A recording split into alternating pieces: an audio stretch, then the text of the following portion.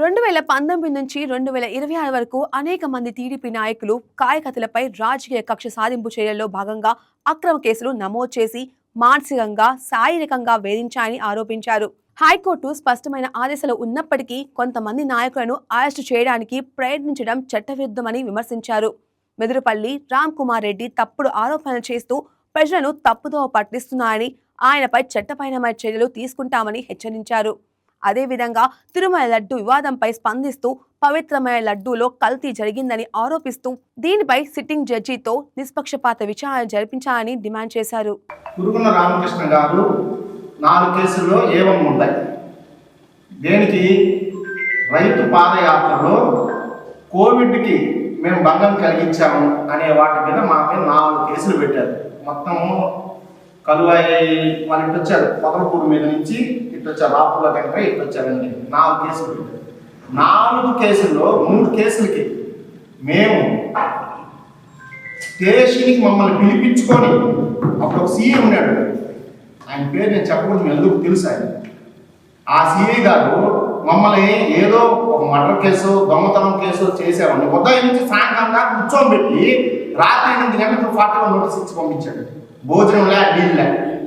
కనీసం కానిస్టేబుల్ మా దగ్గరికి వచ్చి తెలుసుని ఉంటారు, పరిచయాలు ఉంటాయి మాకు, వాళ్ళు కనీసం వాళ్ళతో ఎవరు మాట్లాడకూడదు అని ఆంక్ష పెట్టి ఉదయం నుంచి సాయంకాలం దాకా మా స్టేషన్లో కూర్చోబెట్టి బెయిల్ ఇచ్చాడు.